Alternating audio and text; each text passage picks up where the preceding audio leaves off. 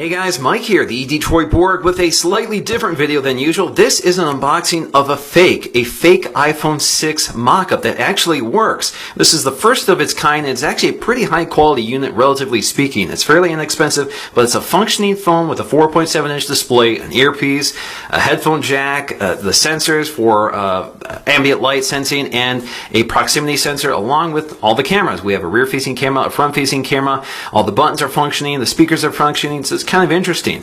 So let's go ahead and take a look. You can see this is an iPhone 5 box. It's a counterfeit iPhone 5 box, and the phone doesn't exactly fit in here, but you can lift the lid here. And there we go. There is our 4.7-inch iPhone 6, or what's believed to be the design of the iPhone 6, and it's starting to look like that this is indeed the final design, because we are seeing leaked parts which do reflect this design. Now, this did come with a piece of plastic covering the screen, but I have been using this unit. Now, inside the box, you'll actually find more counterfeit stuff that resembles an iPhone. So you'll even have this little literature packet here, designed by Apple in California, with a SIM ejection tool for the SIM tray on the side. Hello, and let's see what we got inside. You can see, again, this is the iPhone 5, and they've even included the complete set of counterfeit Apple accessories, from the wall adapter to a lightning cable. So this does use lightning for charging, not micro USB. And then we have a set of earpods, which are also counterfeit. They look the same, but you can see the colors don't quite match here. You can see that the remote control is a little more yellow looking than the earpods themselves, but pretty convincing fakes overall. So as you can see here, it is plastic, although it looks pretty high quality, relatively speaking. Certainly much higher quality than the mock-ups I've looked at earlier. But the big difference here is it actually works. So you can unlock the device. You can swipe up to get to your control center, like so. Not the greatest performance here. Come on. There we go. There's control center with our brightness slider, our quick access toggles for Wi-Fi. Wi-Fi, of course, does work. We also have our flashlight toggle, because this does include an LED flashlight on the back. Come on. Come on. There we go. Flashlight on the back. Now, if you look at the design on the back, again, it looks very much like the mock-ups, including these antenna insulators, which do appear to be in the final production version. Now, as you can see here, we have this Apple logo, which is cut through the body of the phone, and that's consistent with the iPad Air and iPad Mini launched last year. And it does look like the iPhone is going to pick this up, because this is also in the production casing that we've seen leaked recently. Again, we have these antenna insulators just above here, which again also look like they're in the production version. Toward the top, we have our 2-megapixel autofocusing camera, along with an LED flash. We also have a hole here for the microphone, but it doesn't look like this is a functioning microphone. Now, toward the top, you have an earpiece, a front-facing camera, ambient light sensor, and proximity sensor. All of that is functioning.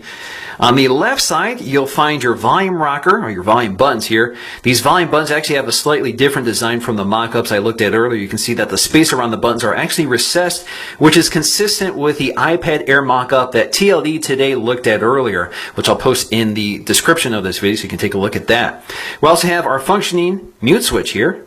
And of course, you do have haptic feedback, because this is an Android phone, so that mute switch or the vibration motor in here does work with haptic feedback. Now, down below, you have a home button with that ring around the button. Of course, this doesn't actually have a fingerprint sensor built in. Toward the bottom, you have your functioning loudspeaker, a lightning connector, as well as a headphone jack and microphone. Now, on the right-hand side, you'll find the reposition sleep-wake button, along with our nano SIM tray, which is made out of metal. And again, you can use this as a phone, so you can install the SIM. So just to give you an idea of the size comparison between this and the iPhone 5s, again, you can see a lot more screen real estate. And I think it's about the perfect size here. It's not as one-handable as the 5s, but I think 4.7-inch is the sweet spot. Anything bigger tends to be a little too big. And you can see that the bezels on the iPhone are still kind of large. It tends to be a tall phone because it does have to accommodate that fingerprint sensor at the bottom of the phone. Now, if you look at the back, you can see the design is very similar, but the iPhone 4.7-inch is bigger, and the theme here is rounded. Even the front glass is rounded. No more chamfered edges, no more hard angles.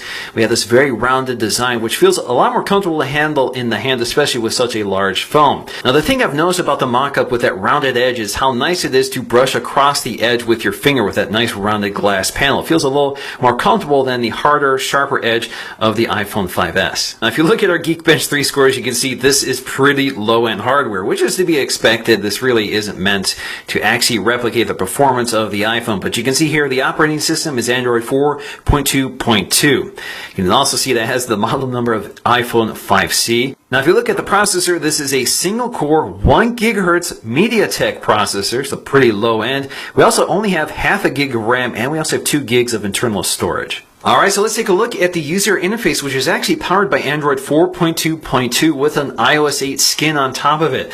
So you can see we can swipe to unlock it. We can swipe up to get to our control center here, hopefully. So you can see we have things like Wi-Fi, Bluetooth. We have our brightness slider with